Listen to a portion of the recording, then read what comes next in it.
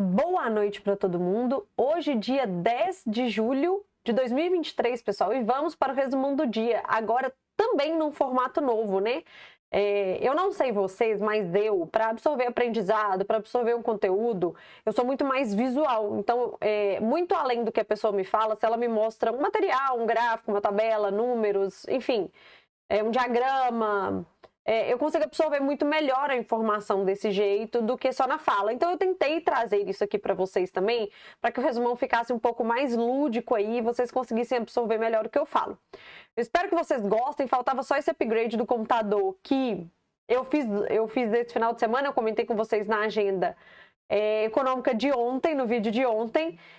Então, assim, eu consegui reformular a agenda econômica, consegui reformular o resumão aqui. Eu espero de fato que vocês gostem e que agregue mais conhecimento para vocês aí. Se vocês gostarem, já deixa um like para eu ficar sabendo, já comenta, aceito novas sugestões também, mas vamos em frente. Vamos voltar aqui e falar de mercados, né? Bom, vamos lá, pessoal. Começando então pelas bolsas da Ásia. As bolsas da Ásia vocês podem visualizar nessa parte aqui. Essas informações que eu trago aqui, pessoal, de antemão, porque eu sei que vai ter gente que já vai me perguntar, ela vem de uma plataforma paga que eu tenho, paga mensal, chama Jonas Esteves, tá? Tô até fazendo propaganda aqui. Jonas Esteves me patrocina. Mas enfim, eu uso, pessoal, essa página para poder acompanhar as cotações em tempo real e ver o que aconteceu na madrugada em relação às bolsas que já estão fechadas. Então, ela é uma parte da minha tela aqui que eu uso para operar ao longo do dia. Só relembrando aqui, eu lembro que vocês há um tempo atrás tinham me pedido para... eu tinha oferecido e aí vocês toparam, acharam que ia agregar valor aí, sobre eu mostrar minhas telas. Eu não conseguia fazer isso porque eu não conseguia filmar minhas telas antes de dar esse upgrade no computador. Mas agora que eu consegui, eu vou tentar fazer ao longo dessa semana aqui, vou filmar minhas telas aqui, explicar direitinho o que eu acompanho ao longo do dia e tal, para operar, para ver se agrega para vocês aí também, ok? Mas sem mais delongas, pessoal, por aqui nesse quadradinho, a gente consegue ver as bolsas da Ásia. E a gente observa, pessoal, que as bolsas fecharam mistas, não tivemos uma direção única aí na Ásia, até por falta de motivador. Vale lembrar, pessoal, que ontem à noite, eu até comentei com vocês na agenda econômica, ontem à noite saíram dados de CPI e PPI na China, que é a inflação ao consumidor e ao produtor. Tem vídeo aqui explicando exatamente esse indicador, se tiver dúvida, vai lá e rever. O indicador lá, pessoal, veio deflacionário, ou seja, a inflação na China está controlada. O que isso significa? Se você não tem um país em que a inflação está crescendo, você provavelmente não tem um país crescendo economicamente. E os investidores seguem na expectativa de crescimento, que até agora só foi frustrante desde o início do ano até aqui. Então, assim, as bolsas da China, pessoal, tanto Xangai quanto Hang Seng, elas fecham no positivo na expectativa de que anúncios de novos estímulos podem vir por parte do governo. Mas assim, até agora eu tenho falado isso para vocês quase todo dia no resumão e nada, né? Os estímulos que vieram com corte de juros há algumas semanas atrás, não me recordo exatamente quando, foram estímulos que não foram o suficiente, frustraram o mercado, não foram o suficiente para assim botar a economia da China ativamente em crescimento aí, e o mercado, e assim, isso se reflete obviamente nos indicadores econômicos, como a gente pode ver. Tá? Então as bolsas por lá de qualquer forma, pessoal, elas fecham sem direção única. Um destaque aqui apenas para o Hang Seng, que ele é a bolsa da China relacionada à tecnologia, tá? O que acontece? Os órgãos reguladores da China, eles multaram aí a Ant Group, que é uma subsidiária do Alibaba, lá de Pequim, num valor absurdo de multa aí, e o tiro saiu pela culatra no final das contas, porque na medida em que o governo, os órgãos reguladores, anunciaram uma multa gigantesca para a Alibaba, ela também anunciou para o mercado recompra de ações. E esse anúncio das recompras das ações fez com que a Alibaba subisse mais de 9% aí, e inclusive ganhasse um valor de mercado absurdo nessa subida. Certo? Então, assim, apesar do anúncio da multa, a ação acabou subindo aí e contaminou outras ações de tecnologia. Um outro ponto muito importante aqui, pessoal, é que a Janet Yellen, que ela é a secretária do Tesouro americana, ela fez uma visita na China por vários dias e ao final dessa visita, ela anuncia que os Estados Unidos pretendem ser mais transparente nas sanções que porventura vierem no futuro em relação às empresas da China, em relação a alguma coisa que possa afetar a China. Por quê? Porque as sanções, por exemplo, no governo Trump, às vezes ele anunciava uma sanção via Twitter. Sabe? Da noite para o dia brotava um tweet do Trump e ele estava fazendo alguma sanção a alguma empresa chinesa, e isso provocava uma volatilidade muito grande nos mercados. Na medida em que a Janet Yellen promete, caso hajam novas sanções, que elas sejam explicadas, que elas sejam feitas de maneira antecedente e tal, fez com que as ações de tecnologia na China comemorassem e fechassem no positivo, mas de qualquer forma levemente positivo também, nada demais. Ok? Bom, então assim, de um modo geral, bolsas na Ásia têm direção única, ok? Indo aqui para commodities, pessoal, commodities fica nesse quadradinho aqui. Indo aqui para commodities, o que acontece? Os dados fracos de inflação na China refletiram nas commodities. Minério de ferro hoje pela manhã estava no negativo, e o petróleo também estava no negativo, tá? Apesar de vocês verem que uma leve positividade no minério de ferro, foi só uma leve recuperação ao longo do dia, mas o tombo continuou, ela não conseguiu inverter a negatividade ao longo do dia, por mais que ela tenha realizado parte da queda aqui. Então, assim, hoje nós tivemos um cenário de commodities no negativo, ok? O petróleo, pessoal, tá no negativo aqui pelas expectativas de dados de inflação nos Estados Unidos, que vai ser essa semana, dados fracos de inflação na China, que diminuem o apetite por demanda a commodities, tá? E então acabou petróleo, que nós tivemos uma realização no final das contas. Então tivemos um cenário de commodities no negativo, ok?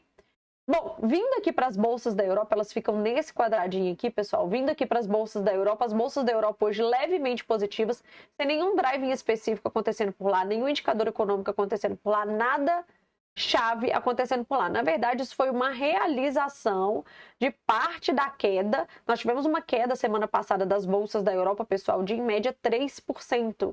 Então hoje, se você olha aqui essa leve realização aqui das bolsas da Europa, não são nada demais, tá? Ainda seguimos com bolsas da Europa em queda, preocupação aí com os novos aumentos de juros pelo Banco Central Europeu e, obviamente, uma possível recessão por lá, ok? Mas cenário de bolsas na Europa no positivo, ok? Bom, vamos agora aqui, pessoal, migrar para os dados dos Estados Unidos. Como a gente pode ver aqui nesse gráfico aqui, nós temos o S&P, tá? O S&P é composto pela Nasdaq e pelo Dow Jones. E aqui é o Russell 2000, para a gente acompanhar a movimentação de small caps lá nos Estados Unidos, tá? Aqui bolsas do Brasil, mas a bolsa do Brasil, mas a gente vai falar já sobre ela. Bom, bolsas dos Estados Unidos, pessoal, se eu sair um pouco aqui, ó, essa barra aqui é justamente o fechamento de ontem, tá? Então ela realiza ao longo da madrugada, principalmente proveniente aí dos dados fracos de inflação da China, certo? Mas ao longo do dia ela recupera e ela fecha praticamente no 0 a 0. Então S&P, que é essa primeira linha aqui, 0,02% de alta. Então caiu, subiu, fechou no 0 a 0, tá? A gente pode ver aqui que a Nasdaq fez praticamente esse mesmo movimento, tá? E o Dow Jones, ele fecha no positivo aí, né? A gente tem o Dow Jones, na verdade, praticamente, essa cotação aqui tá errada, tá, pessoal? Eu tô com algum problema no meu Ninja, mas eu olho para vocês aqui. Ó, o Dow Jones, ele fecha com 0,60 de alta, porque eu tô com um probleminha aqui, eu não sei porquê sobre isso. Mas nós tivemos Dow Jones, que é a bolsa dos Estados Unidos relacionada a indústrias, né, principalmente, fecha no positivo, Nasdaq fecha praticamente no 0 a 0 e o S&P dentro da estabilidade, como vocês podem ver aqui, ok? Novamente, não tivemos nenhum motivador específico por lá. Tivemos algumas falas de membros de dirigentes do Banco Central americano no dia de hoje, pessoal, mas mais do mesmo, tá? Eles trazendo a preocupação de que a inflação por lá não está controlada, que novas altas de juros vão ser necessárias, mas assim, não teve nada que tivesse mudado o cenário e as expectativas dos investidores de uma alta de juros na próxima reunião de política monetária lá nos Estados Unidos, ok? Bom, então nós tivemos assim, bolsas americanas dentro de uma estabilidade com uma leve recuperação. No dia de hoje, sem nenhum drive muito específico. Vale lembrar que o drive da semana nos Estados Unidos, como eu falei com vocês na agenda econômica de ontem, é quarta-feira, que vai sair o CPI por lá, que é a inflação ao consumidor, e no período da tarde o livro bege, ok? Bom, Vindo aqui para o Brasil, pessoal, esse aqui é o nosso Ibov, aqui está a janela do dia anterior, ou seja, sexta-feira, e esse pedaço aqui é hoje. Então, assim, nós tivemos a nossa bolsa negativa, nossa bolsa fechou aí com 0,80 aproximadamente de queda, nosso Ibov, né? Tá dando um reflexo aqui, mas é 0,80. Nós tivemos a nossa bolsa, ela abre negativa, principalmente aí refletindo os dados fracos de inflação da China, né? Porque se a China não está crescendo, e a China é o nosso maior parceiro comercial hoje, né? O nosso maior cliente no mundo hoje é a China. Se ela não cresce, a gente não cresce junto. Então a gente tirou o ânimo, a commodities no negativo, e isso acaba tirando o ânimo da nossa bolsa, que acaba fechando no negativo. Ela pesa um pouco mais ao longo da tarde, na medida em que o Senado posterga a aprovação do CARF provavelmente para agosto. E o mercado considera que para a agenda econômica do governo, este item é um item polêmico e eles deveriam dar mais urgência para esse tema. Mas aparentemente vai ficar para agosto. Então isso intensifica um pouco a queda no dia de hoje. Mas vale reforçar que o peso dos dados fracos da China corroboraram para a nossa bolsa em queda no dia de hoje, ok? E por fim, pessoal, nós tivemos o nosso dólar aqui positivo, tá? O dólar no mundo, pessoal, ele acabou fechando aí no positivo, levemente positivo, tá? Ele chegou a ficar negativo ao longo do dia, depois ele virou para o positivo, mas nós tivemos o dólar positivo no mundo.